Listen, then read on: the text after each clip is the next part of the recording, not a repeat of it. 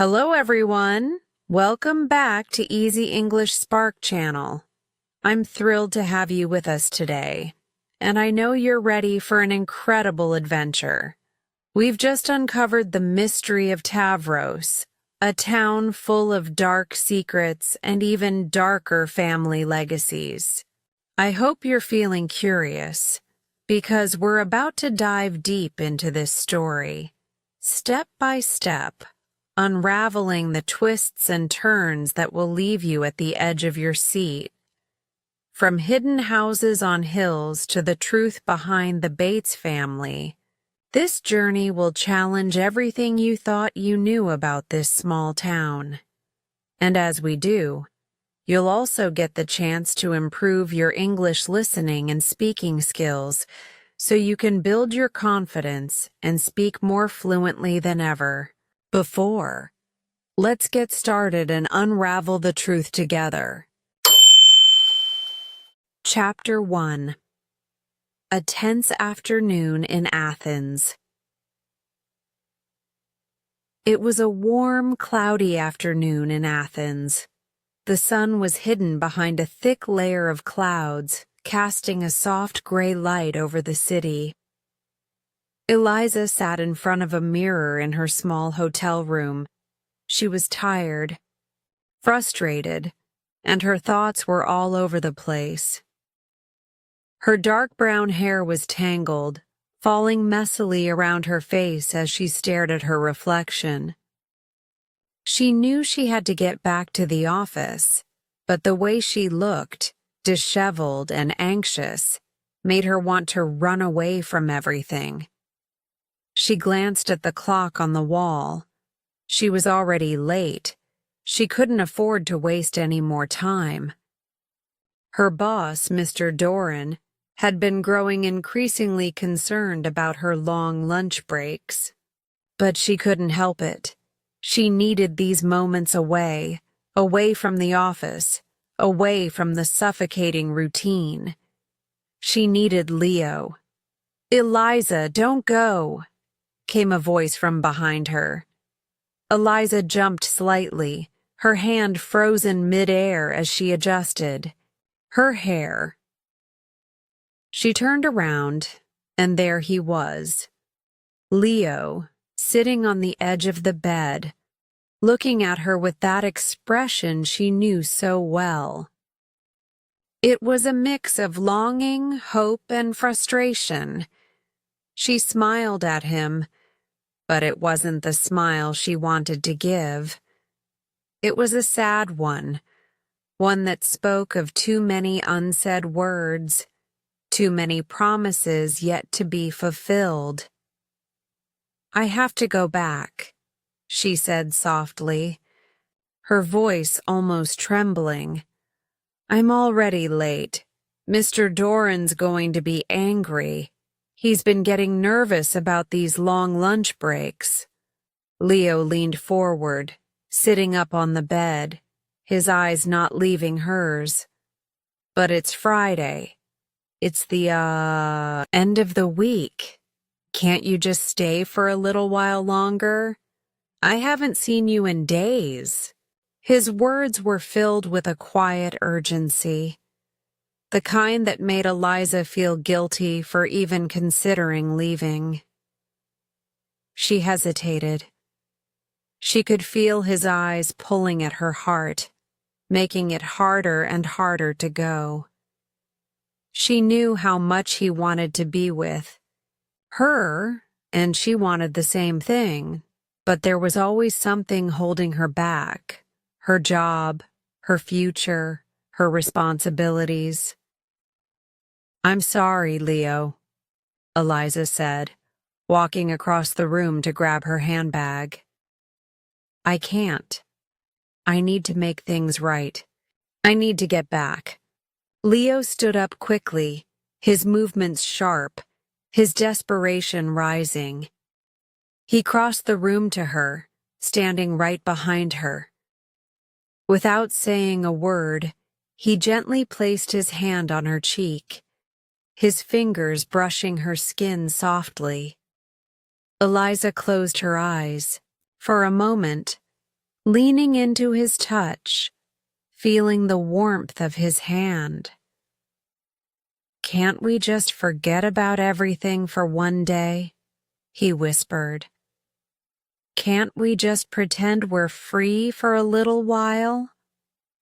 His voice was soft, almost pleading, as if every word carried a weight he could no longer bear. Eliza's heart ached. She wanted to stay, to be with him, to forget about the pressures of work and life, but she knew she couldn't. She opened her eyes and gently pulled away from him. "I wish I could, Leo," she said, her voice barely a whisper. "I really do. But I can't. Not today." Leo stepped back, his face hardening, the disappointment clear in his eyes. "I don't understand, Eliza," he said quietly. "We've been doing this for weeks. I don't want to hide anymore. I don't want to see you only when it's convenient for you." Eliza looked at him, her own frustration bubbling up, mixing with the sadness she felt. She wanted to explain everything to him, the pressure, the fear, the uncertainty, but the words wouldn't come out. "I know, Leo. I know," she replied. "But I can't just drop everything. I have to go back to work. I have to make sure I'm doing things right. We'll figure this out, I promise, but I need time. Just a little bit of time." Leo didn't respond immediately. Instead, he just looked at her, as if weighing her words. Then slowly, he nodded. "All right," he said quietly. "But don't take too long, Eliza. I'm waiting for you." He turned and walked over to the window, staring out at the city below, his back to her. Eliza stood there for a moment, watching him. Her heart ached, a sharp pang that made her feel like she was leaving a part of herself behind. She took a deep breath, grabbed her handbag, and walked towards the door. "I have to go, Leo," she said one last time, her voice steady but her heart heavy. "Goodbye, Eliza," he said, still not turning around. She hesitated for just a second, then opened the door, stepping out into the hallway, leaving Leo and the room behind her. The door clicked shut, and she felt the weight of the world on her shoulders. As she walked down the hallway, her mind was already racing. The work, the responsibilities, the plan that she had started to put into motion. She had to make things right, but she wasn't sure what the future would look like. She just knew she couldn't stay in that room anymore. Not with Leo, not with her doubts. There was something she needed to do, something she had to fix, and maybe, just maybe, it was the last chance she had to make it right. Chapter 2. The Stolen Opportunity. Eliza walked briskly back to her office, trying to steady her breath and calm the storm of thoughts swirling in her head. She had left Leo behind, his sad eyes and quiet words still echoing in her mind. She felt a mix of guilt and relief, a confusing combination that only deepened the tension within her. As she entered the building, the familiar hum of office chatter greeted her. The fluorescent lights flickered overhead as she walked down the long hallway toward her desk.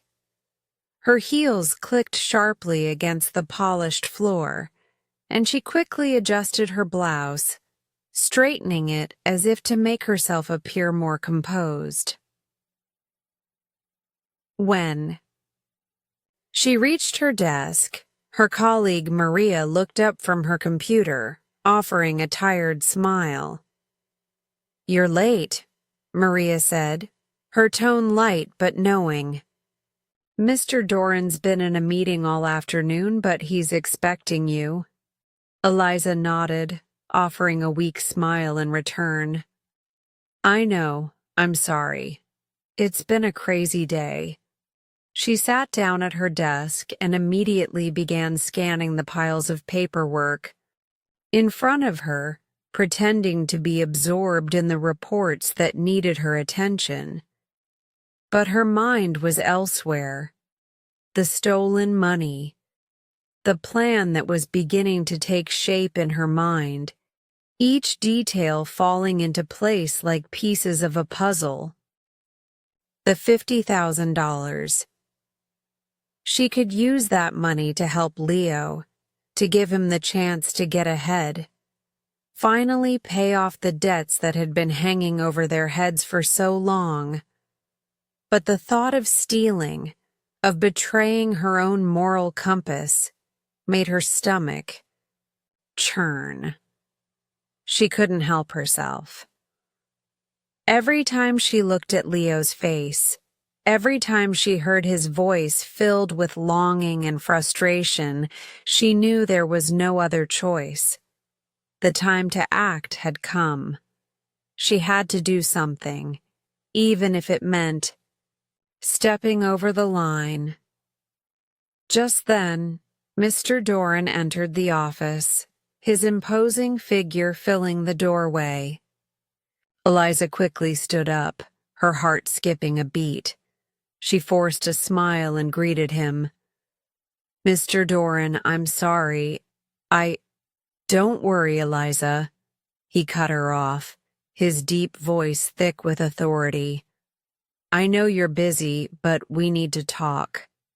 Tony Hart, the client from yesterday, has some urgent matters he wants to discuss. I need you to take care of it." Eliza nodded, trying to hide her nervousness. Tony Hart was a wealthy businessman, known for his sharp dealings and cold demeanor. She didn't particularly like him, but she knew how important he was to the company. His deals had always kept things running smoothly. "Of course, Mr. Doran," Eliza replied, trying to keep her voice steady. "I'll take care of it." Mr. Doran looked at her for a moment, as if assessing her. "I'm sure you will," he said, before turning and walking back to his office, leaving Eliza to process his words. Her heart was racing now. She had to get the money. She had to. The plan was set into motion. Tony Hart was about to give her the opportunity she needed, but she wasn't sure what would happen once the money was in her hands. Would she feel guilty? Or would she feel a sense of power, knowing that the debt could be paid off and her future with Leo could be secured? Shaking off her doubts, Eliza grabbed her bag and walked quickly to Tony Hart's office. She knocked on the door before entering, and Tony looked up from his desk, flashing a cold smile. "Ah, Eliza," he said, his voice smooth and calculating. "I'm glad you could make it. We need to finalize the terms of the deal." Eliza sat down in the chair across from him, trying to ignore the tightness in her chest. "Yes, Mr. Hart. I've been reviewing the documents, and everything seems to be in order." Tony didn't seem to care much about the details. He leaned back in his chair and casually placed a photograph on the desk. "This is my daughter," he said, pointing to the young woman in the photo. She's getting married soon, and I want everything to be perfect for her. Money can make that happen, don't you think? Eliza glanced at the photo, feeling a flash of disgust at the way he spoke about his daughter, as though she was just another asset. But she said nothing. She just nodded, maintaining her professional demeanor. I've got $50,000 here, in cash, Tony continued, pulling a thick envelope from his desk drawer. I'd like you to hold on to it for me for a little while. I have some things to attend to, but I trust you'll take care of it. Eliza's breath caught in her throat. It was all happening so quickly. The temptation was right there in front of her. She could take the money, and no one would be the wiser. The weight of it seemed to press down on her chest. She looked at the envelope, her mind racing. This was her chance. Mr. Hart, she said, her voice betraying a slight tremor. Are you sure this is the best way to handle this? Tony looked at her, his expression cool and unwavering. It's just a loan for now, Eliza. I'll come back for it when everything is settled. But until then, I need someone I trust to keep it safe. He slid the envelope toward her across the desk. I know you're responsible. This is in your hands. Now. Eliza hesitated, her fingers hovering over the envelope. The temptation was overwhelming. She could feel her heart pounding in her chest as she reached out and took it. It was heavy, filled with the promise of a better future. But at what cost? As Tony continued to talk about business, Eliza's mind wandered. The money was hers now. She had made her decision. There was no turning back.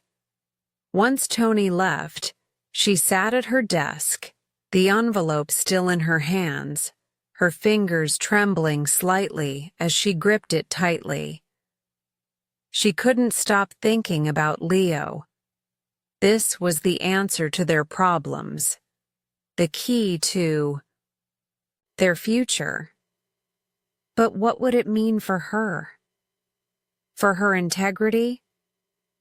She had crossed a line. The line between what she thought was right and what she knew she had to do. But as the day wore on, the weight of the envelope grew heavier in her bag, and Eliza knew there was no way to undo what she had done. That night, as she lay in bed, her mind was a whirl of conflicting emotions. Was it worth it? Would Leo understand? Would he forgive her? Eliza didn't have the answers, but one thing was clear. She had taken the first step into a new life, and she wasn't sure where it would lead. But she was certain of one thing. She could never go back. Chapter 3. Running Away. The day was drawing to a close when Eliza left her office. The weight of the stolen money now settled heavily in her handbag. The air outside was cool, and the bustling streets of Athens felt distant, as if she were in a separate world altogether. Her heart was pounding in her chest, her thoughts racing in every direction. What had she just done? How could she face Leo after this? She tried to focus, to keep walking with purpose, but the tension in her body made every step feel like an effort. She could almost hear the voices in her head, questioning her decision, urging her to turn around and return the money. But she couldn't. Not now. She had made a choice, and there was no turning back. Not after everything she had planned, everything she hoped for. Her phone buzzed in her pocket. It was a message from Leo. "Where are you? I'm waiting for you. Please. Come back." Eliza's heart ached. She could feel the pull of his words, the yearning in his message, but she couldn't go back. She had to move forward. She had to make this work. She knew Leo wanted to be with her, and she wanted the same. But Leo didn't understand the weight of her burdens, the way she had been drowning in debt and responsibility for so long. He didn't see how close they were to losing everything. She had taken the money not just for him, but for them, so they could build the life they wanted. A life without worry. A life free from the constant stress of financial struggle. She could almost see it in her mind's eye, the two of them together, with a house, a future, no debts hanging over their heads. But it was all a fragile dream, one that depended on this moment, on what she had done today. Her thoughts were interrupted by a deep, unsettling feeling. A glance over her shoulder. She quickly dismissed it. "It's nothing, just paranoia," she told herself. But she couldn't shake the feeling that someone was watching her. Her hands gripped her handbag tighter, the weight of it now feeling like an anchor. She quickened her pace, the sounds of the city fading into the background as she tried to focus on the road ahead. She had to get out of Athens. She had to leave, before anyone found out what she had done. By the time Eliza reached her car, parked in a quiet part of the city, the sky had darkened. She threw her bag into the passenger seat and started the engine, her hands shaking as she gripped the steering wheel. Her thoughts were chaotic, but there was a strange sense of clarity in her mind. She couldn't stay here, not with the money, not with the fear of getting caught. The road stretched out in front of her, an open path leading her away from everything familiar, away from the people who might question her. She didn't know exactly where she was going, but she knew she couldn't stay. Tavros, a small town far from Athens, seemed like the perfect destination. It was quiet, isolated. No one would know her there. As she drove out of the city, the lights of Athens faded in the rearview mirror. The road was long and winding, and the weight of the envelope in her bag felt heavier with every mile. Every bump in the road seemed to echo in her mind, reminding her of the decision she had made, the path she had chosen. She tried to focus on the road ahead, but her thoughts kept returning to Leo. Would he understand? Would he be angry? Her mind raced with images of him, his face, his voice. What will I say when I see him again? The question hung in the air, unanswered. As the miles passed, she noticed the landscape changing. The city gave way to rural farmland, and the hum of the engine became the only sound in the car. Eliza's eyes flicked nervously to the rearview mirror. For a moment, she thought she saw headlights approaching in the distance, but when she glanced again, there was nothing. Just darkness. She breathed a sigh of relief, though the unease in her stomach remained. She drove for hours. the city long gone, the weight of the money still pressing down on her. She hadn't stopped once. There was no time to waste. She needed to reach Tavros before the night was over, before anyone could track her, before she had to face the consequences of what she had done. The night grew darker, the moon now visible in the sky, casting a pale glow over the deserted highway. Eliza was starting to feel the exhaustion in her bones. The endless road, the solitude, the constant tension, it was beginning to wear on her. She needed to stop, needed to rest. But she couldn't. She couldn't risk it. Her eyes grew heavy, and she found herself blinking more frequently, fighting against the sleep that tugged at her. Just a little further, she told herself, gripping the wheel tighter. Then, in the distance, she saw a sign, Tavros. She let out a sigh of relief. She had made it. The town was small, with only a few scattered lights marking the center. There were no crowds, no bustling people. It was just what she needed, quiet, calm, a place where she could think. She slowed the car as she entered the town, her eyes scanning the surroundings for a place to stay. She needed a hotel, somewhere to sleep, somewhere to gather her thoughts. Her gaze fell upon a small, unassuming motel on the side of the road. Its sign flickered dimly in the night. The Bats Motel.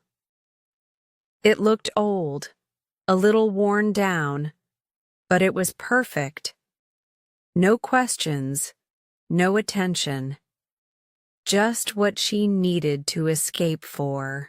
The night. Eliza parked the car and stepped out. Feeling the chill of the night air against her skin, she walked into the motel office where a young man stood behind the desk, his eyes flickering to her as she approached. "Hello," she said, her voice shaky. "Do you have a room?" The man nodded. "We have plenty of rooms available. You can have whichever one you like." Eliza let out a breath she hadn't realized she was holding. She took the room key and made her way to the door. Once inside, she threw her bag on the bed and locked the door behind her.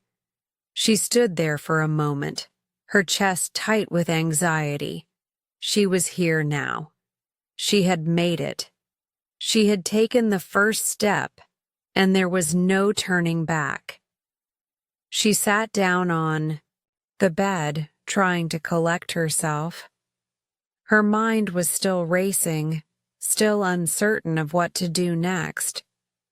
But for now, she was safe, at least for tonight.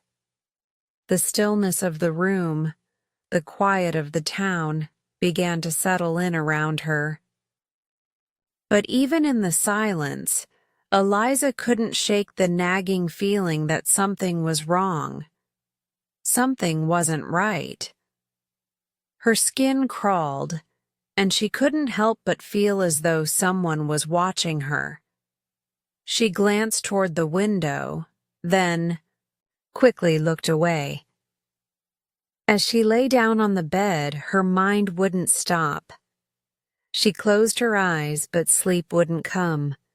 All she could think about was the money, the way her hands had shaken when she took it, the way it weighed on her now. She couldn't help but wonder, is this really the answer? But for now, all she could do was sleep. Sleep, and hope that when the morning came, she would have the courage to face whatever came next. Chapter 4. The Hidden Motel. Eliza had driven for hours through the winding roads, the city of Athens a distant memory in her rearview mirror.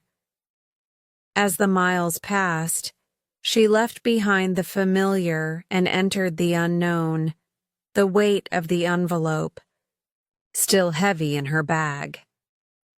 The dark road stretched ahead, a void of silence, broken only by the sound of her car's tires crunching against the asphalt. Every now and then, the headlights illuminated the vast empty landscape. Nothing but dark fields and the occasional scattered house.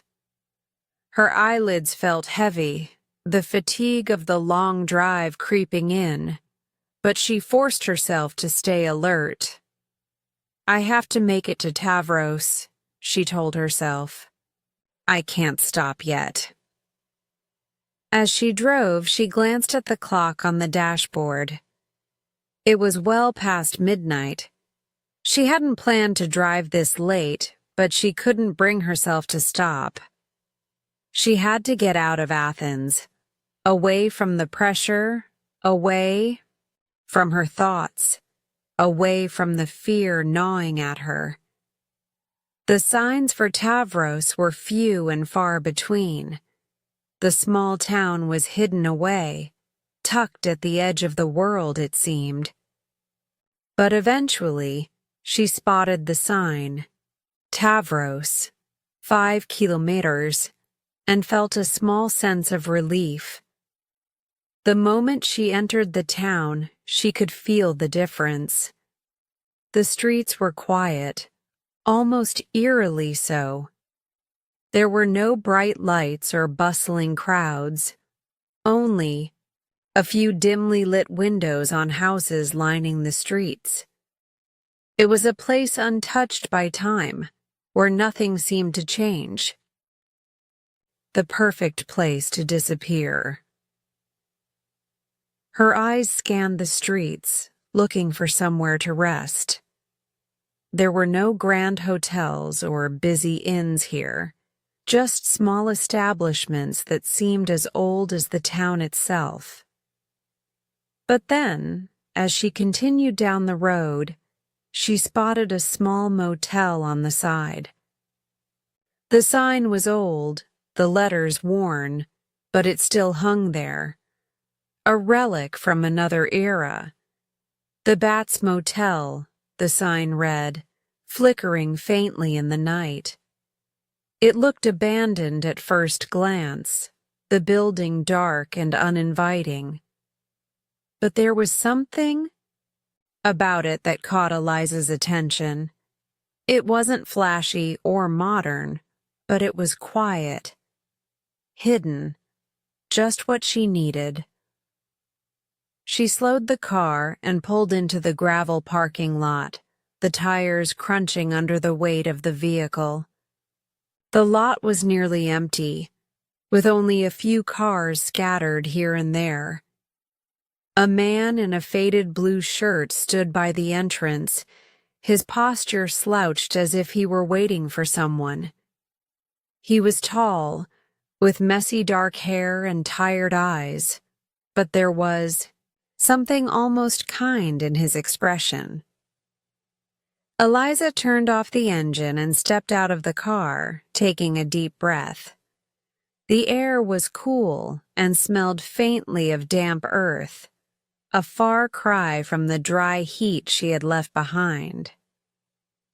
As she walked toward the motel entrance, she could feel the heaviness of the night weighing down on her, the pressure of the stolen money, her decision, her guilt, but she forced herself to push those thoughts aside. "Can I help you?" the man asked, his voice low but polite. Eliza hesitated for a moment. "I need a room," she said quietly, trying to keep her voice steady. The man eyed her for a second before nodding. "You've come at a late hour. We don't get too many guests this time of night. But we've got rooms. You're in luck. Eliza gave him a tight smile, feeling the weight of the night creeping in. I just need a place to sleep. It's been a long drive. Without a word, the man turned and opened the door to the small office behind him. Inside, the dim light cast shadows across the room, giving it an almost forgotten feel. The walls were lined with old wooden shelves and dusty books, and there was a faint smell of something stale in the air. The man walked behind the counter and grabbed a room key, then slid it across the counter to her. Room 7, he said, his voice still low. Just take the stairs up to the second floor. It's at the end of the hall. Eliza took the key, her fingers brushing against his as she did. She gave him a nod before turning toward the stairs. She could feel his eyes on her as she climbed, the weight of the situation still pressing on her. She could hear the creaking of the steps underfoot, each one making her more aware of the loneliness of the night. When she reached the top of the stairs, she walked down the hall to room 7. The door was plain, weathered, like the rest of the motel. She slipped the key into the lock, turning it slowly, and pushed the door open. The room was small but clean, with a single bed covered in a faded quilt. The walls were adorned with old paintings, the kind you might find in a thrift store. The light from the single lamp on the nightstand gave the room a warm orange glow. It wasn't much, but it was enough for now. Eliza placed her bag on the bed and looked around the room. The silence felt strange, almost oppressive, but it was the kind of silence she craved. It was a moment of escape, a temporary reprieve from the world she had left behind. She looked at the envelope sitting in her bag. The $50,000 was still there, untouched, but it felt like it was consuming her. What have I done? She asked herself for the 1,000th time. But then, as the exhaustion of the drive began to catch up with her, she pushed the thought aside. She would deal with it tomorrow. Tonight, she needed sleep. But before she could lie down, she glanced out of the window. The view wasn't much. A few trees and an empty street, barely visible under the moonlight. But there, in the distance, she could see the outline of a large house on a hill, casting a dark shadow against the sky. It looked like something out of a horror story, the kind of house that might be hiding secrets. Eliza shook her head, dismissing the thought. She was just tired. The long drive, the stress. It was all getting to her. She needed to sleep. She turned away from the window, closed the curtains, and finally sank into the bed. But as she lay there, her mind wouldn't stop racing. She kept thinking about the money, about Leo, about what would happen next. What if they find out? What if I can't go back? The questions swirled in her mind, refusing to let her rest. She tried to push them away, but the fear and guilt gnawed at her, tugging at the edges of her thoughts. And then, in the dead of night, she heard something.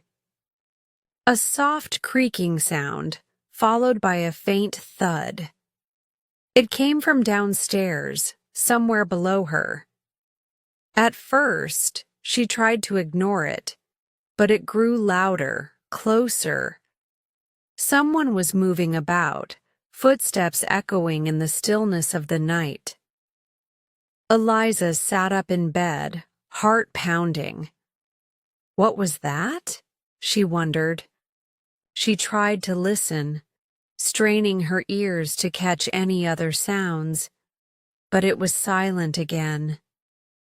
Maybe it was just her imagination. Or maybe the isolation of the motel, the strange atmosphere, was playing tricks on her. Still, she couldn't shake the feeling that something was off. She lay back down, trying to calm her nerves. I'm just being paranoid. But as the night stretched on, sleep didn't come easily. Chapter 5. The Strange Owner. Eliza awoke with a start. The dim light of dawn filtered through the curtains, casting long, soft shadows across the room. For a moment, she simply lay there, eyes wide open, her mind still tangled in the mess of thoughts and fears that had kept her awake for most of the night. She hadn't slept well. Her mind wouldn't let her. The fear of being caught, the overwhelming weight of the stolen money, and the creeping sensation that something was wrong in this place kept her tossing and turning. She sat up, her body stiff from the uncomfortable bed. The silence of the room seemed almost unnatural.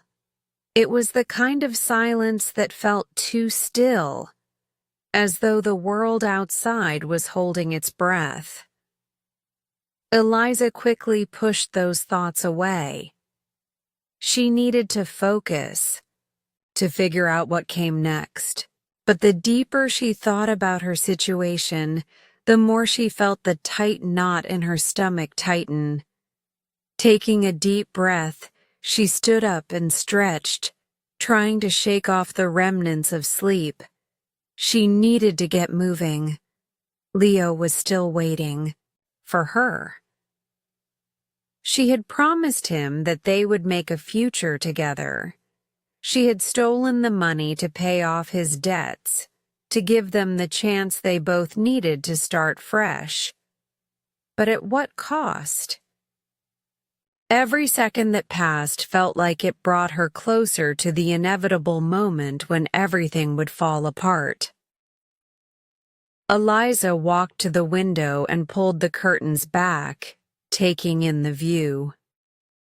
The early morning light bathed the quiet streets of Tavros in a soft, golden hue. There were no cars in sight, no bustling crowds or people hurrying to work.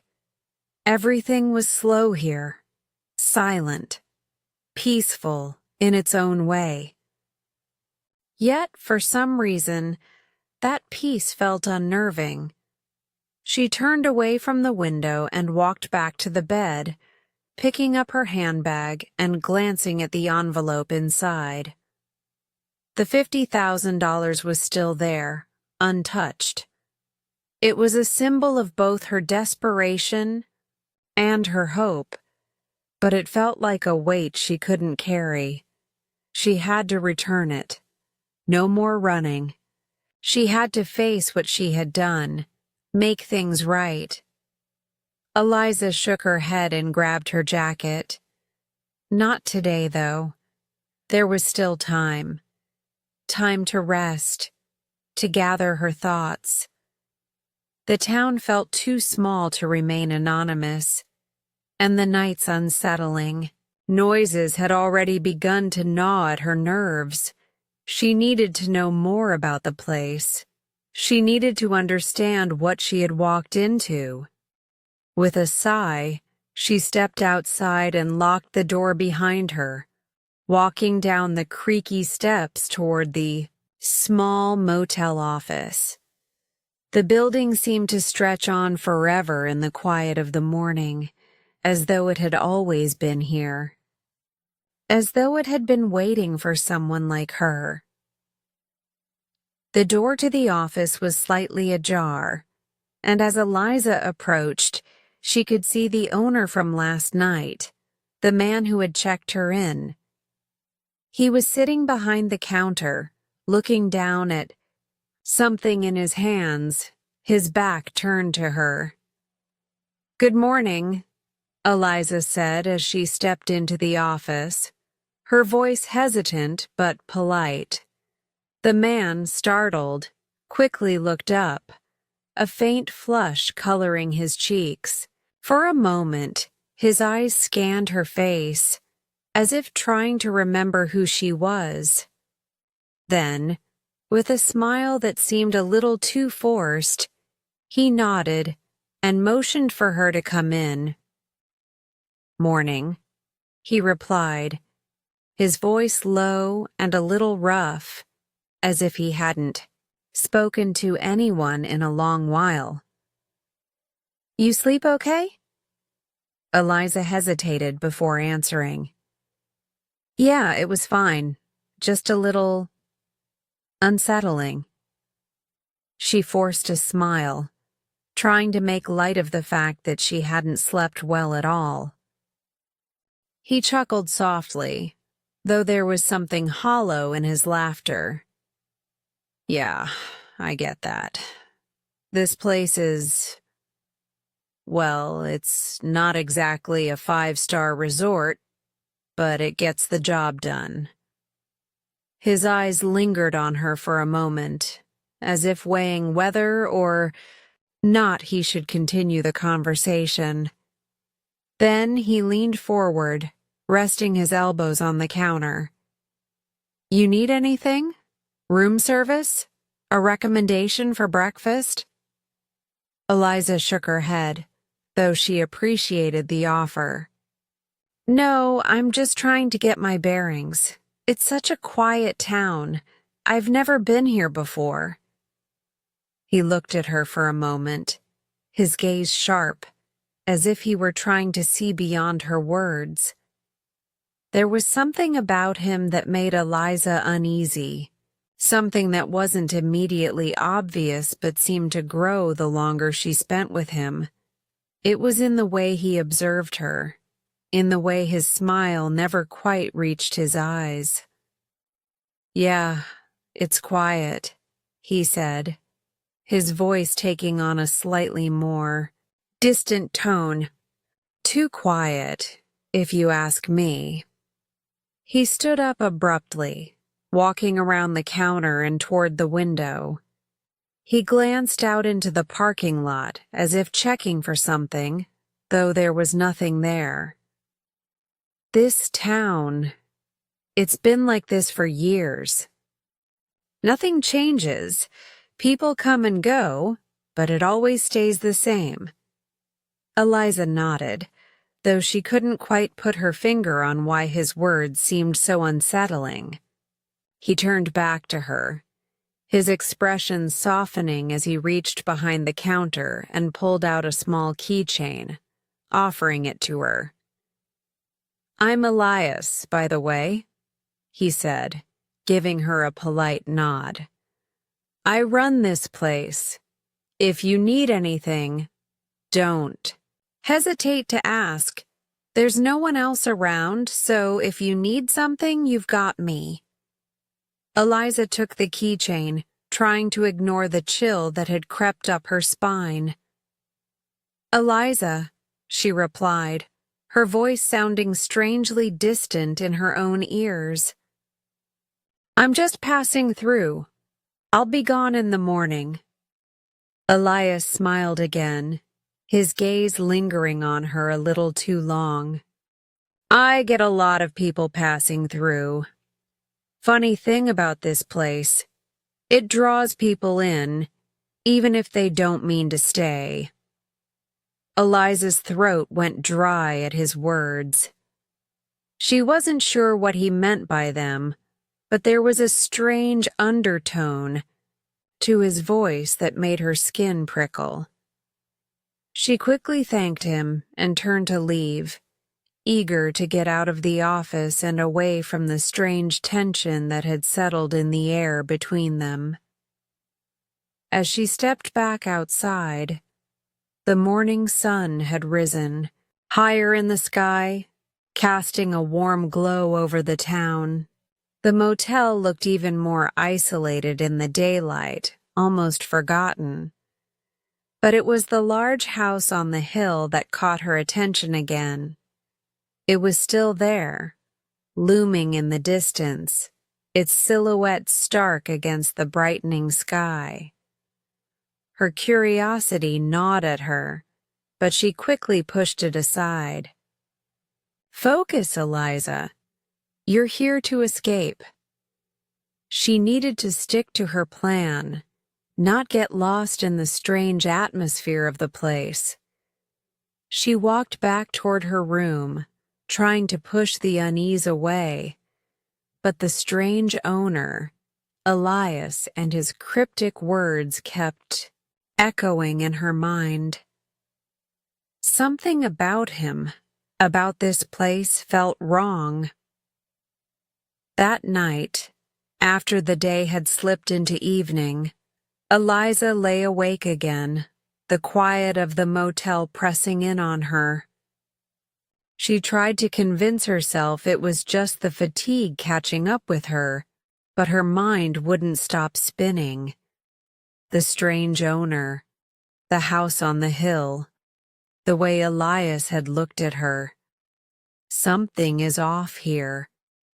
Suddenly she heard a noise outside, a faint creak followed by a soft scraping sound.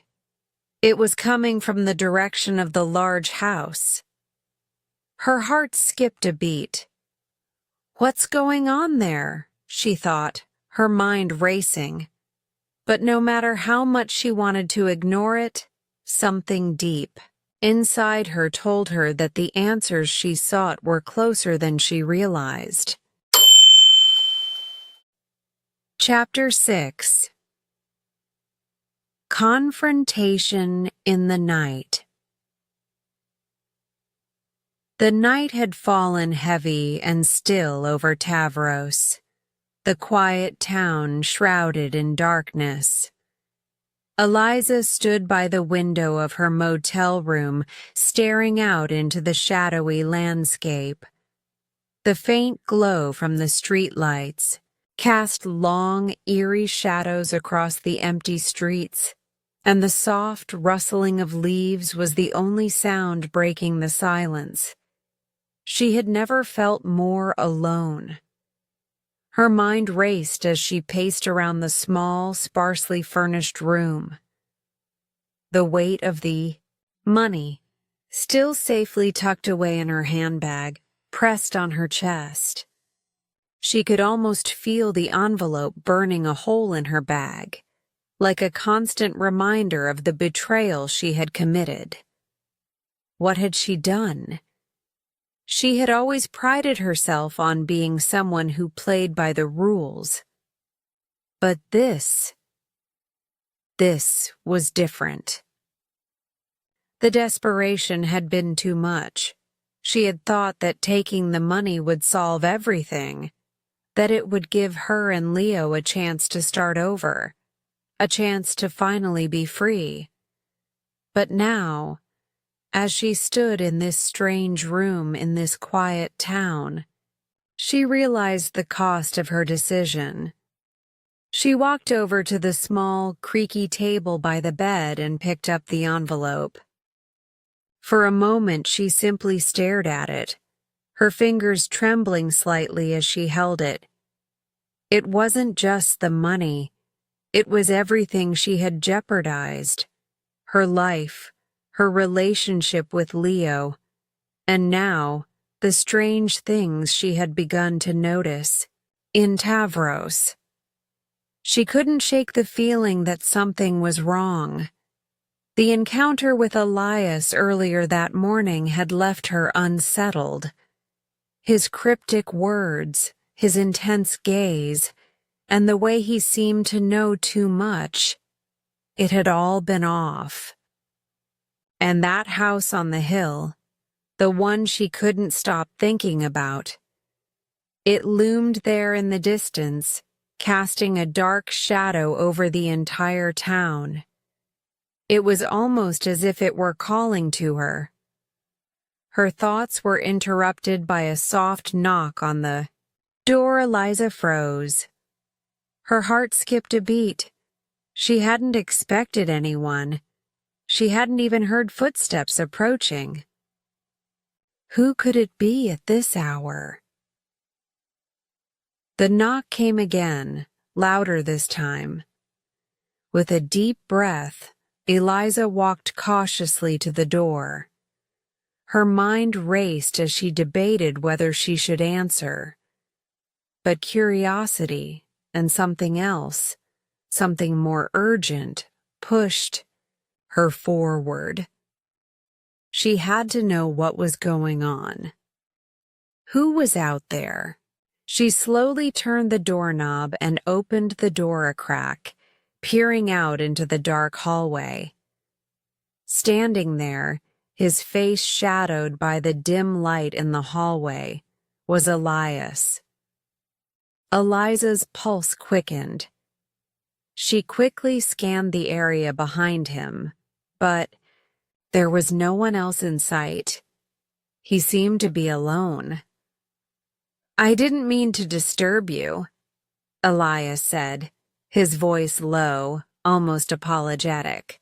He seemed to be trying to appear less imposing, but the way his eyes glinted in the dim light told her that he wasn't here for a casual chat. Eliza stood silent for a moment, trying to read his expression. "What do you want, Elias?" Her voice was firm, but the unease she felt betrayed her words. He didn't immediately answer. Instead, he took a step closer, his presence filling the small hallway. "You didn't seem like the type to settle down in a place like this," he said, his eyes narrowing slightly as if studying her every reaction. "There's something about you, something that doesn't belong here." Eliza felt a cold shiver run down her spine. She wanted to step back into the room and shut the door, but her legs wouldn't move. The sensation that had been gnawing at her all day, this strange, oppressive feeling, was becoming harder to ignore. "I'm just passing through," Eliza said, her voice quieter now, unsure of what to say. "I told you that already." Elias didn't seem convinced. "I know," he said, his tone taking on an almost knowing edge. "But people don't come here for no reason, Eliza. Tavros has a way of drawing people in." He took another step forward, his face now inches from hers. "And when they do come, they don't always leave." Eliza's breath caught in her throat. His words sent a chill through her, and she instinctively stepped back, pulling the door further in front of her. "What are you talking about?" she asked, her voice barely above a whisper. She knew something wasn't right, but hearing it from him made the hair on the back of her neck stand up. Elias smiled then, but it wasn't a reassuring smile. It was something darker, more unsettling. "It's not your fault," he said, his eyes flickering toward the door of the motel room. "You can't help it. Tavros does this to people. It gets inside their heads." Eliza frowned, a cold knot forming in her stomach. She could feel the envelope in her bag, heavy against her hip. It was like an anchor holding her to this moment, to this strange place. She knew she had to get away from him, from this whole town. What was he talking about? "Look," she said, trying to sound more confident than she felt. "I don't know what you want, but I'm not interested in whatever game you're playing." She moved to close the door, but Elias's hand shot out, blocking it with a sudden force that made her flinch. "Eliza," he said, his voice much quieter now, more serious. "There's something you don't know about this place, something you need to understand before you leave. It's not just the town. It's not just me." His voice dropped even lower, as though he were speaking a forbidden truth. "It's the house, the one on the hill." Her heart stopped for a moment. "What about the house?" Elias's eyes shifted toward the house in the distance, his gaze hardening. "That house has a way of keeping people, of trapping them here, even if they don't realize it." His voice was low, almost a whisper. "You're not just passing through, Eliza. You're being pulled into something much bigger than you think." Before she could respond, Elias took a step back, his face now fully illuminated by the light spilling from the room. "I'm not here to scare you," he said, his voice returning to its previous calm, almost sympathetic tone. "But I think you need to understand. There's no easy way out of Tavros. Once you're here, it's hard to leave.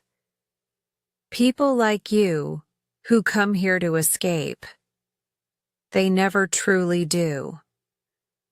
With that, he turned and walked away, his footsteps fading into the silence of the night.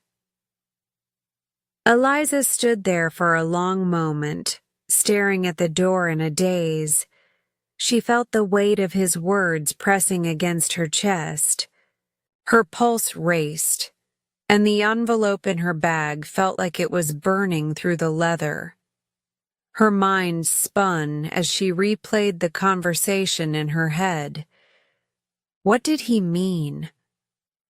She looked back toward the hill, toward the looming house, and felt an unsettling sense of foreboding.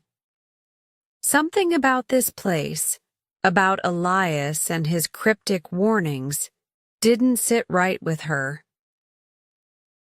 As the night grew deeper, Eliza stood frozen in the doorway, her mind whirling. She didn't know what to believe, but one thing was clear. She had to leave Tavros, no matter what it took, before it was too late. Chapter 7. The Sudden Violence. The morning sun had barely risen, casting a faint pinkish glow over the distant hills surrounding Tavros. Eliza awoke with a start, the remnants of an uneasy night lingering in her thoughts. She had barely slept, her dreams a jumbled mess of dark streets, Elias' cryptic warnings, and the looming presence of the house on the hill. She had tried to shake off the tension, tried to dismiss the feeling that something was very wrong with this town, with this place.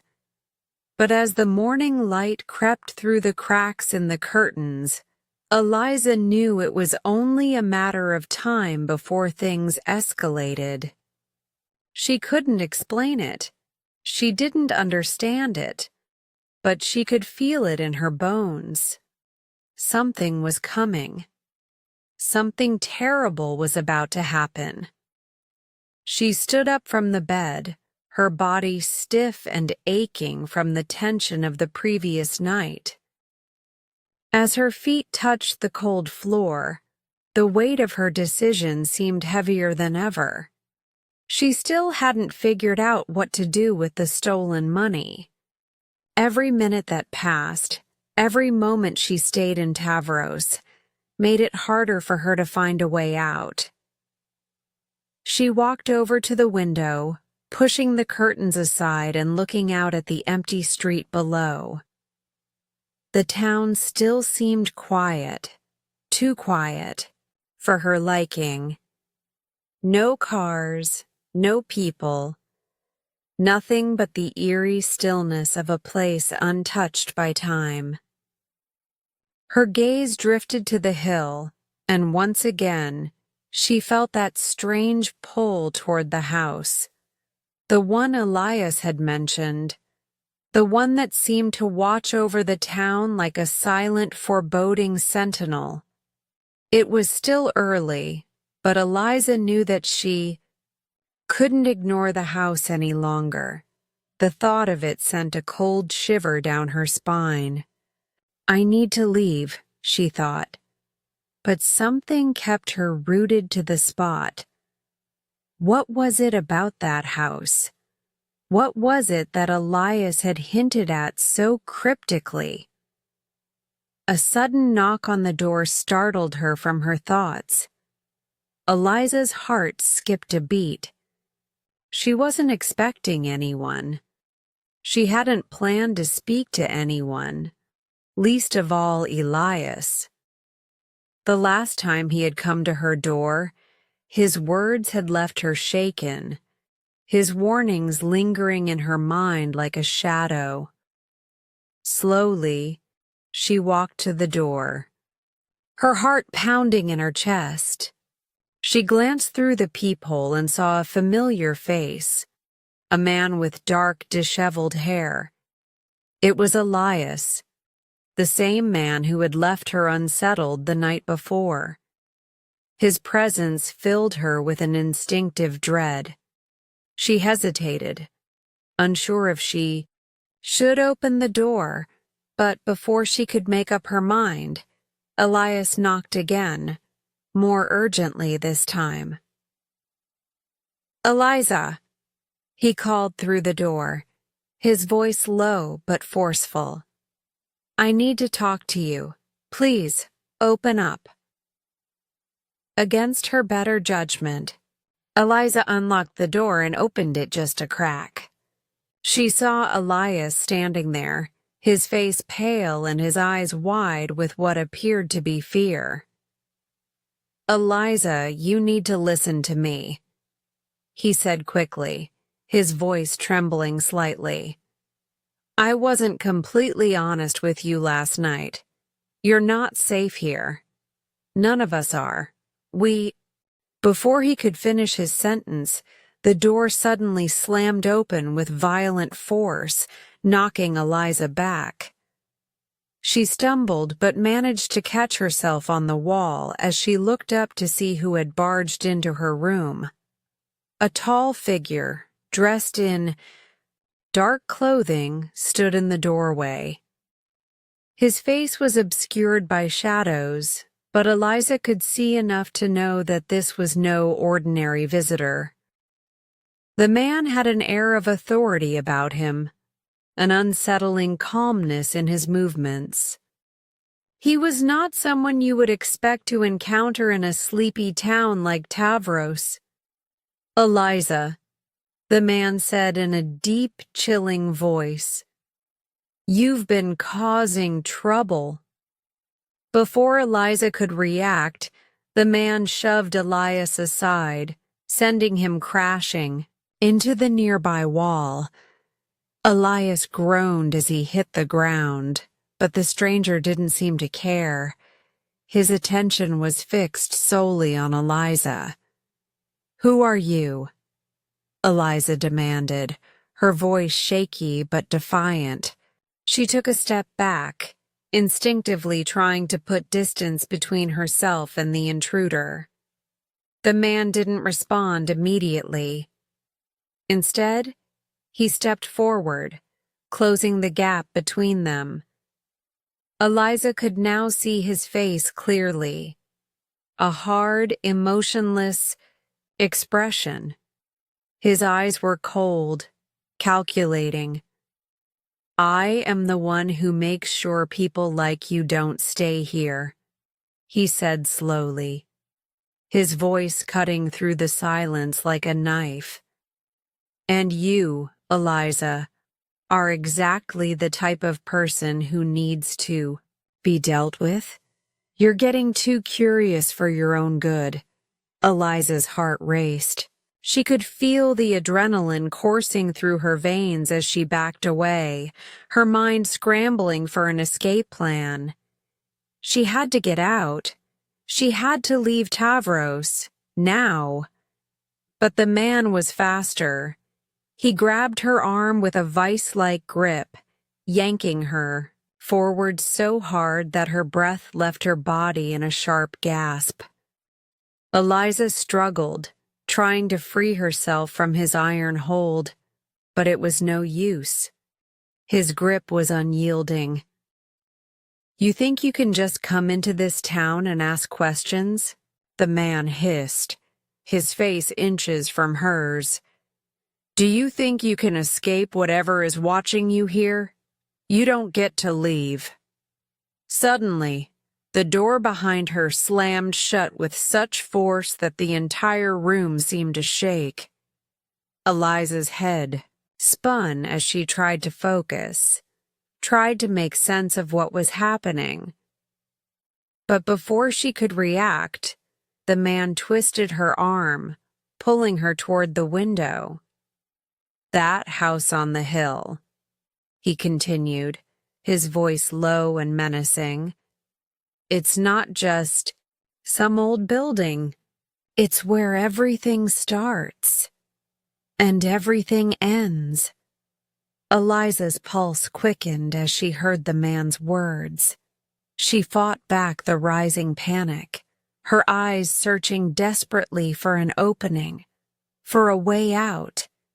She tried to kick at him, but he was too strong. His hand came down hard on her shoulder, forcing her back into the chair by the window. "You'll never leave here," he said coldly, his lips curling into a twisted smile. "You can try, but you'll only end up right where you started. It always ends the same." The room suddenly felt smaller, suffocating. The walls seemed to close in around her as Eliza's mind raced, her heart pounding in her chest. She had no idea who this man was or why he was doing this. But there was one thing she was certain of. He wasn't going to let her leave. Before she could make another move, the man turned, looking over his shoulder at Elias, who had regained his footing, and was now standing against the wall, clutching his ribs. Elias's eyes were wide with a mixture of fear and something else, something darker, more resigned. "Keep her here," the man ordered coldly. "Don't let her go anywhere." And with that, he turned and left, his footsteps echoing down the hallway as the door slammed shut behind him. Eliza sat there, frozen in shock. Her mind was a blur of confusion and fear. What was happening? Why was she being treated like this? What did the man mean by, "It always ends the same"? She glanced at Elias, who was still leaning against the wall, his face pale and his expression conflicted. For a moment, their eyes met, and Eliza saw something in his gaze, a flicker of regret, of fear, of knowing that things had already gone too far. "I'm sorry," Elias whispered, his voice barely audible.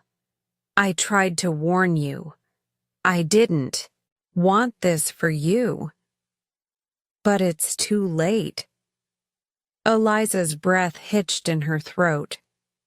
She wasn't just trapped in this town.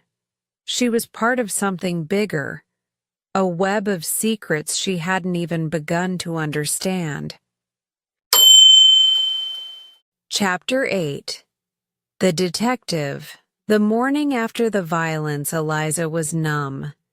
The events of the previous night, Elias's cryptic warnings, the violent intrusion of the stranger, and the dark undercurrent of Tavros, had left her in a state of disbelief. It all felt like a nightmare, one she couldn't wake up from.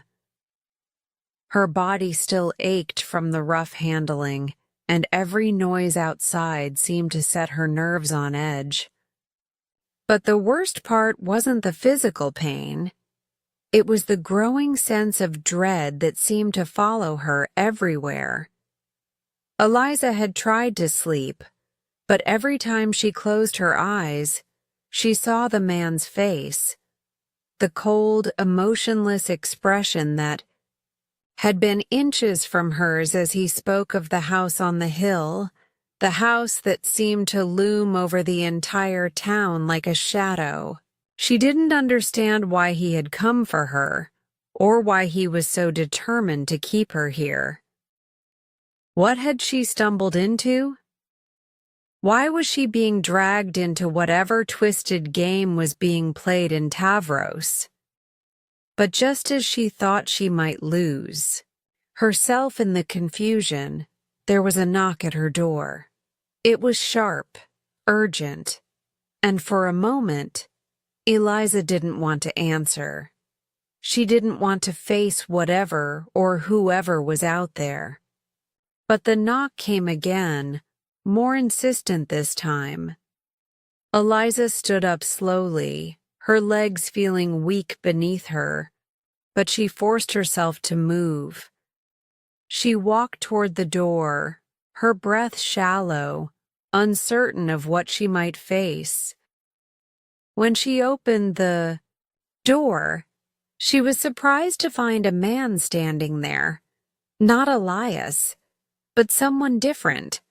Someone who looked out of place in the quiet, almost forgotten town of Tavros. He was tall, in his late 30s, dressed in a dark, well-tailored suit that stood in stark contrast to the faded, run-down motel. His eyes were sharp and observant, with an intensity that made her feel like he could see straight through her. There was something about him that demanded attention, a presence that commanded respect without saying a word. "Eliza Weston?" he asked, his voice calm but authoritative. His gaze never wavered. Eliza nodded slowly. "Yes, that's me. Can I help you?" The man didn't smile. His expression was serious, professional, but there was something in the way he looked at her that made her uneasy.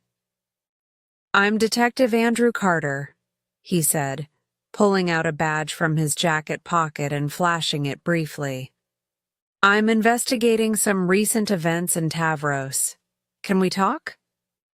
Eliza hesitated, her heart pounding. She had never been a fan of speaking to strangers, especially not someone who seemed so official. But something in his demeanor, something in his presence, made her feel like this was no coincidence, like he was meant to be here. "Is this about the incident last night?" she asked, her voice trembling slightly as the memory of the previous night flooded back. The detective nodded. "It's part of the investigation, yes, but I'm also here for something else. I've been tracking some unusual activity in this town, and you, Eliza, are involved." Eliza's eyes widened. She stepped back instinctively, unsure of what he meant. What are you talking about? I haven't done anything. Carter studied her for a moment, his eyes searching her face as though weighing her every word. You're not in trouble, Eliza. But I believe you know something. Something. You're not telling me. I need you to come with me. Eliza felt a chill crawl up her spine. She didn't know what to say. She wasn't sure what kind of trouble she was in, but she felt the heavy weight of something wrong, something sinister, that had been closing in on her ever since she arrived in Tavros. The detective's words rang in her mind. You know something. She couldn't deny it. She glanced back into her room, the place where she had felt both trapped and helpless. The envelope containing the stolen money was still lying on the bed, a reminder of everything that had spiraled out of control. She couldn't go with him. She couldn't leave her things, especially the money. But something inside her told her. This wasn't just about her. The town was involved in something much darker, and she needed answers. I don't know where to start, Eliza said, her voice barely above a whisper. There's so much happening here. I don't understand any of it. Carter took a step closer, his expression softening just a little. That's why I'm here.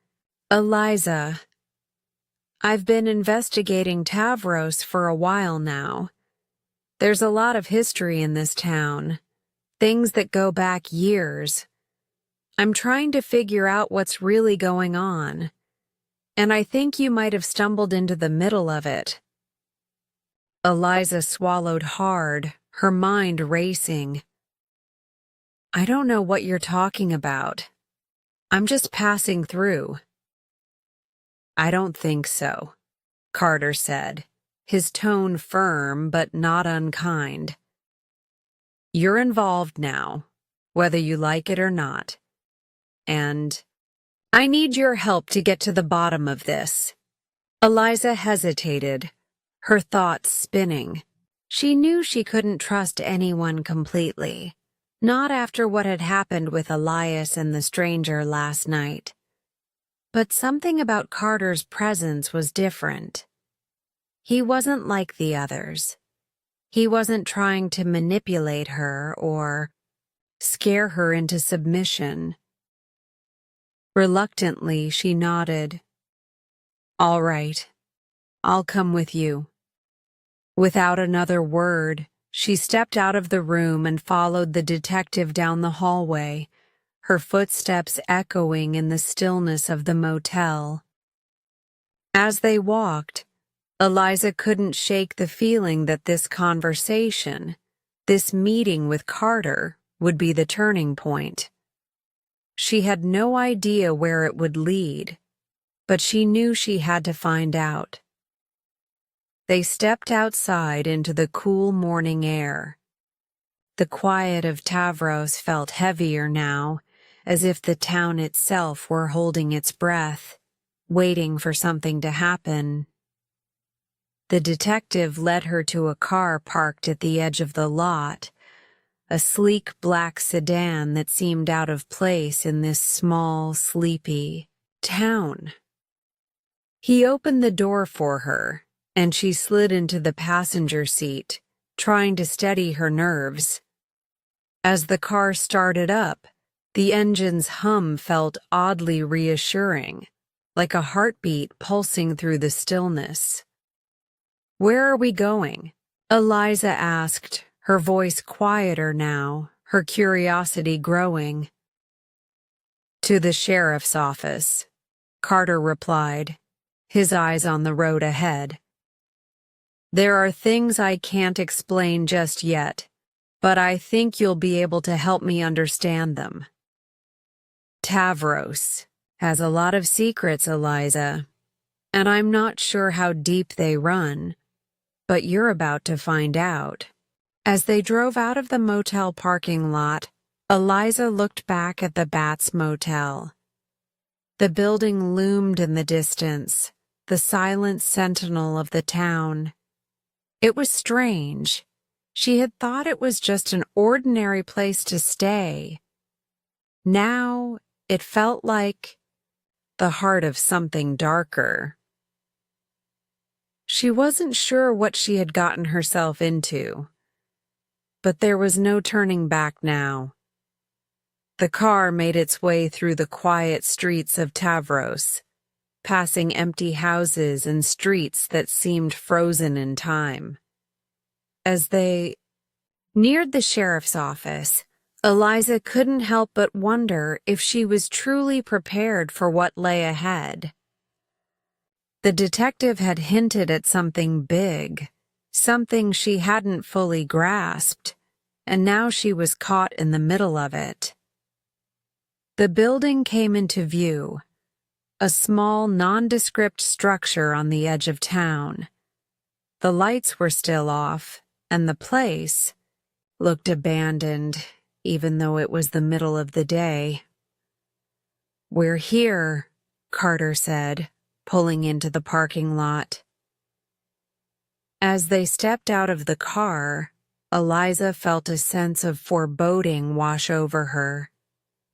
The sheriff's office was quiet, too quiet. The door creaked as Carter opened it, and Eliza followed him inside, her footsteps echoing in the empty space. She had no idea what to expect, but one thing was clear. Tavros was hiding something, and she was about to uncover the truth. Chapter 9. Unraveling the Past. The sheriff's office was quiet, too quiet. Eliza's footsteps echoed on the cracked linoleum floor as she followed Detective Carter through the narrow hallway. The building seemed old, its walls lined with faded photographs and dusty old files. There were no other officers around, no signs of activity, just an eerie calm that only added to the growing sense of unease that had settled in Eliza's stomach.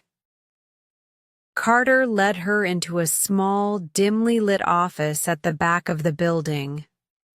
The walls were lined with bookshelves filled with case files and binders, and the desk was cluttered with papers. There was an old coffee machine in the corner, its once white surface now stained yellow with age. The faint smell of stale coffee hung in the air. "Have a seat," Carter said, gesturing to a chair across from his desk. He sat down behind the desk, his eyes not leaving Eliza's as she took a seat. The tension in the room was palpable. Eliza couldn't shake the feeling that this moment, this conversation, would change everything. She had no idea where it would lead, but she knew that what she learned here would define her future. Carter didn't speak right away. He just watched her, his eyes calculating, as if weighing whether she was ready to hear what he had to say. Eliza didn't say anything either. Instead, she waited, her heart beating in her chest. Finally, Carter leaned forward, folding his hands on the desk. "Eliza, what I'm about to tell you isn't easy. It's not something most people understand when they first hear it. But you've been asking questions, and you've gotten too close to the truth for it to be ignored any longer." Eliza's breath caught in her throat. Her mind raced, wondering what this truth was, and how she had unknowingly walked right into its path. "You don't know why you're here, do you?" Carter asked, his voice low, almost sympathetic. You don't understand why you've been drawn into all of this. But Tavros has a history, an ugly history, and it's about to catch up with you. Eliza's pulse quickened. What do you mean? What history? Why am I involved? Carter didn't answer immediately. Instead, he reached for a folder on the desk and opened it, pulling out a series of photographs. He slid them across the desk toward her. Eliza picked them up, her hands trembling slightly as she examined the pictures.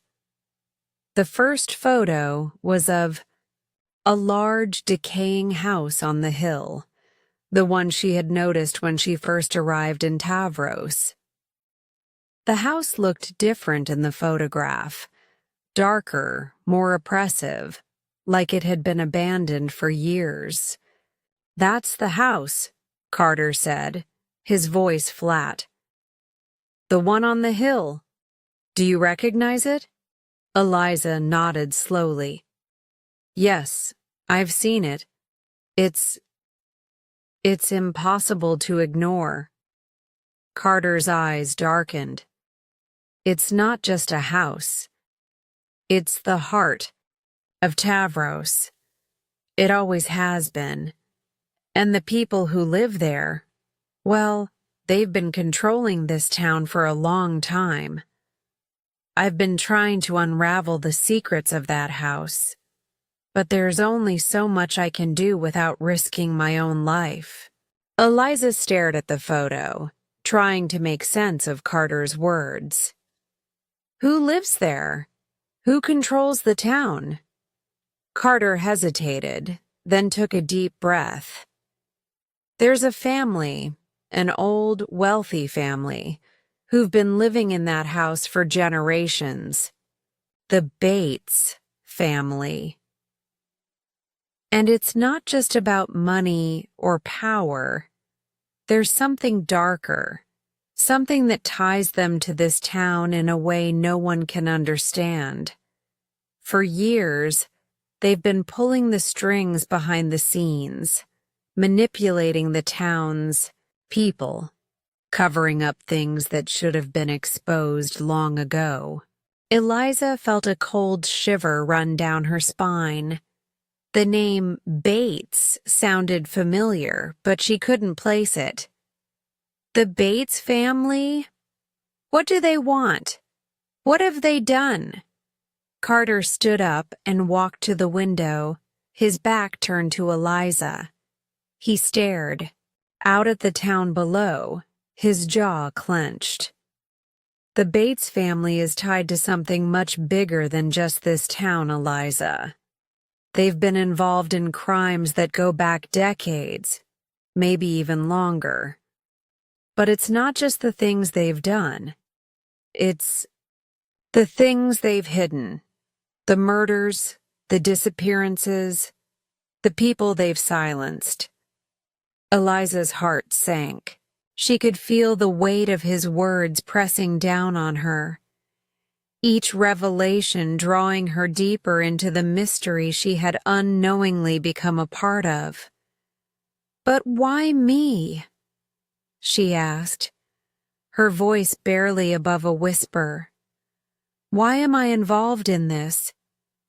I didn't ask for any of this. I just wanted to get away.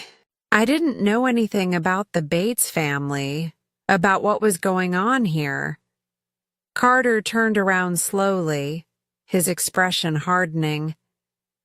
"You didn't know, but you've been drawn into it all the same. Tavros has a way of pulling people in.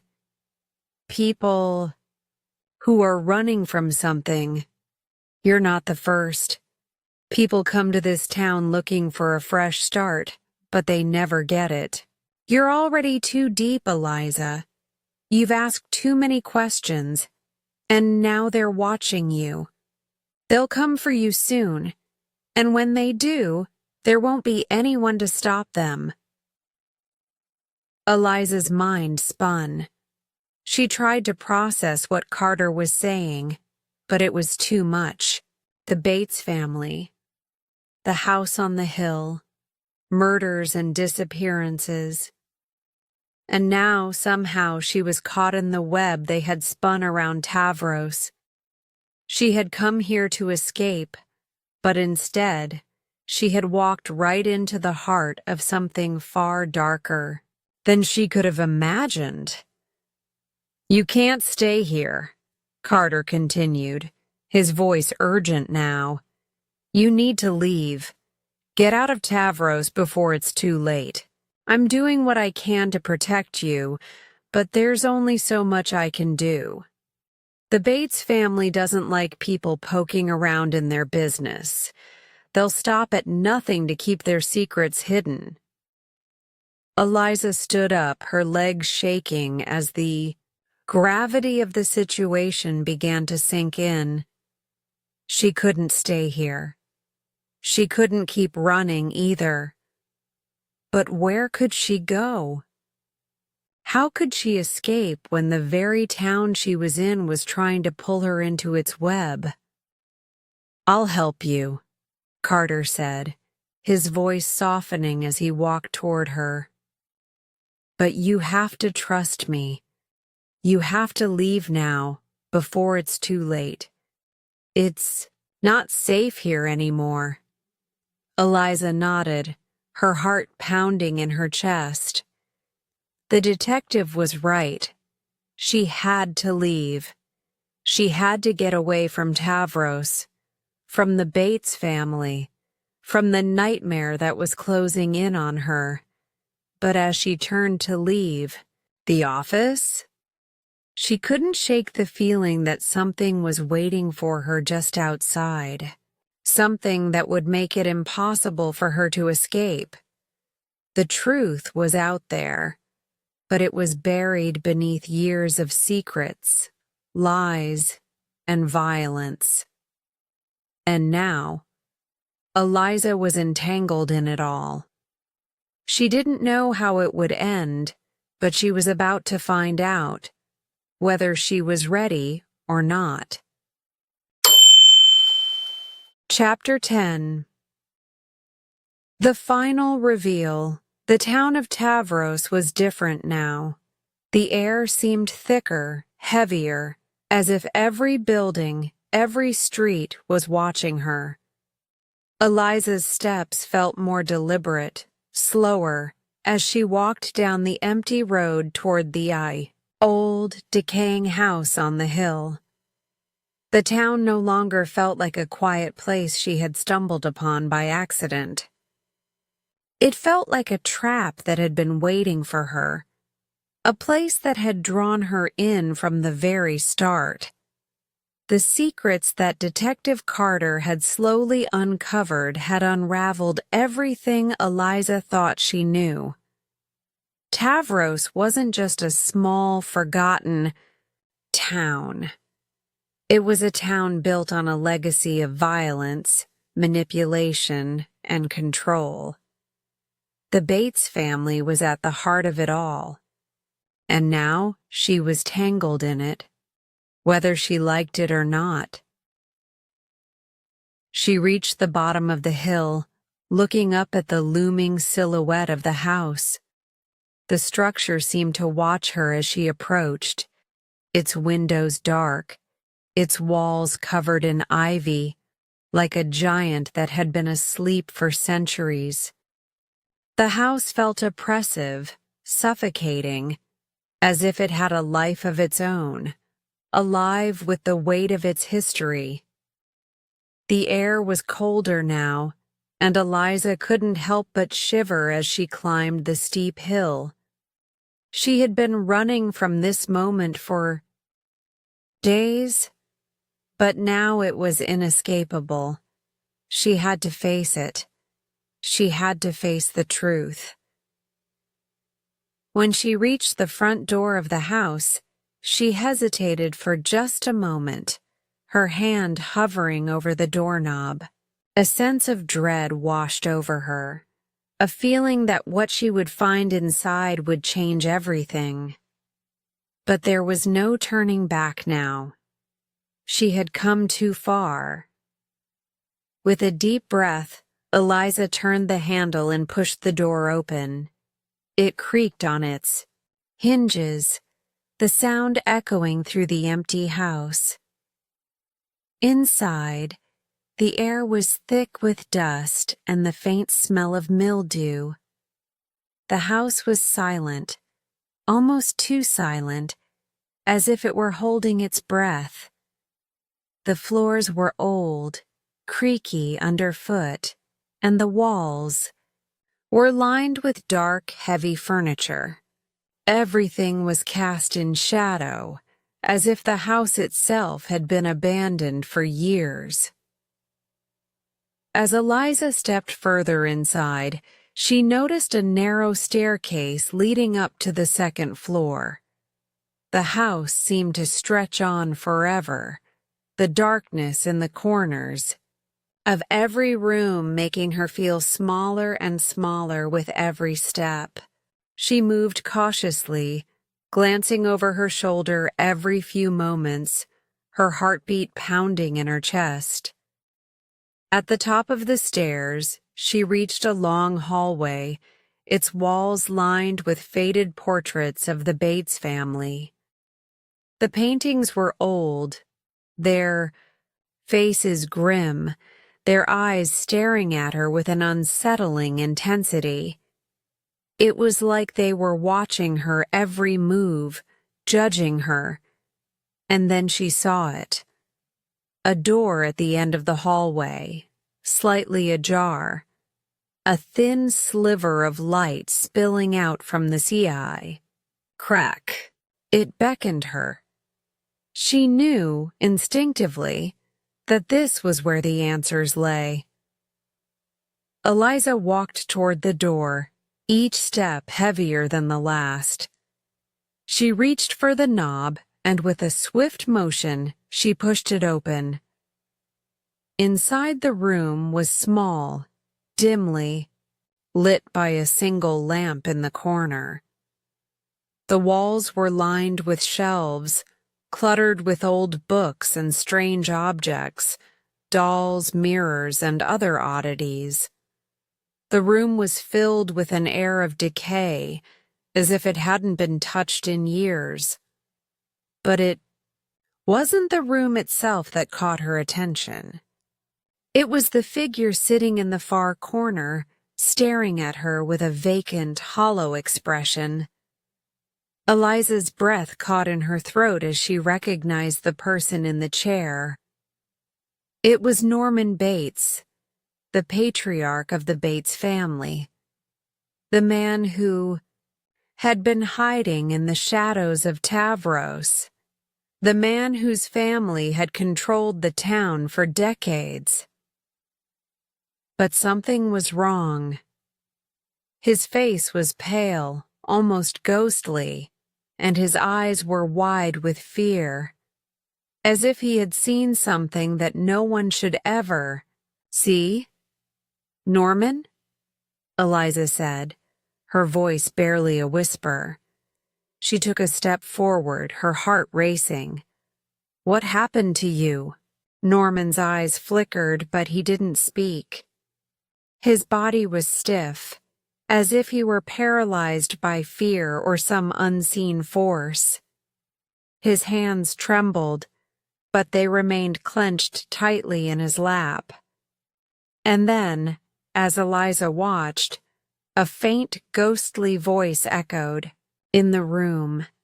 It was low, distorted, as if it were coming from somewhere deep within the walls. "You shouldn't have come here," the voice said. "You don't belong here." Eliza froze, her heart pounding in her chest. She turned, looking for the source of the voice, but the room was empty, save for Norman. "It's not him," the voice continued. "It's me. I've always been here." Eliza's breath caught in her throat as the truth began to dawn on her. Norman wasn't alone. He had never been alone. The Bates family had kept a secret, a dark, twisted secret that had been buried for years. And now it was all coming to light. The door to the room slammed shut behind her, trapping her inside. Eliza spun around, her eyes wide with panic. The air grew thick with an unnatural presence, a malevolent force that seemed to fill the room. She could feel it closing in on her, like a dark cloud that had descended, suffocating her. "Who's there?" Eliza cried, her voice trembling. "What do you want from me?" From the shadows, a figure emerged. It was a woman, her face pale and gaunt, her hair wild and unkempt. The woman's eyes were wide with madness, her expression twisted, with a strange, unsettling smile. It was Norman's mother, the one who had been dead for years, buried in the family's past, the one who had haunted the house, her presence lurking in every corner of Tavros. But now she was standing before Eliza, her ghostly figure a chilling reminder of the family's dark legacy. "You shouldn't have come," the woman whispered, her voice a rasp, like dry leaves scraping across the ground. "You're not supposed to be here. None of you are." Eliza felt a surge of terror wash over her as the truth finally revealed itself. Norman Bates had never been in control. The woman, his mother, had been the one pulling the strings all along. She had never left the house. She had never left Norman. The dark truth of Tavros was that the Bates family was not just wealthy and powerful. They were twisted, consumed by madness, and held captive by their own secrets. And now, Eliza was caught in the middle of it all. The woman stepped forward, her cold hand reaching out to touch Eliza's cheek. The touch sent a chill through her entire body, freezing her in place. The darkness in the room seemed to grow, swallowing her whole, as if the house itself were alive, feeding off her fear. "You're part of it now," the woman whispered, her smile growing wider, more manic. "There's no escaping what's been done here." Eliza tried to back away, but her legs felt heavy, like they were filled with lead. The walls seemed to close in, the room shrinking around her as the weight of the family's legacy pressed down on her chest. In that moment, Eliza understood. The house on the hill wasn't just a place, it was a prison. A prison that had trapped not only the Bates family, but everyone who had ever stepped foot in Tavros. And now, it had claimed her too. Great work today. Every moment you spend practicing brings you closer to mastering your English listening and speaking skills. Remember, progress comes with patience and consistency. If this story inspired you or helped you in your learning journey, don't forget to like, share, and subscribe to Easy English Spark channel for more lessons and stories. Keep listening, keep speaking, and keep believing in your growth. I'll see you in the next video. Take care and keep shining.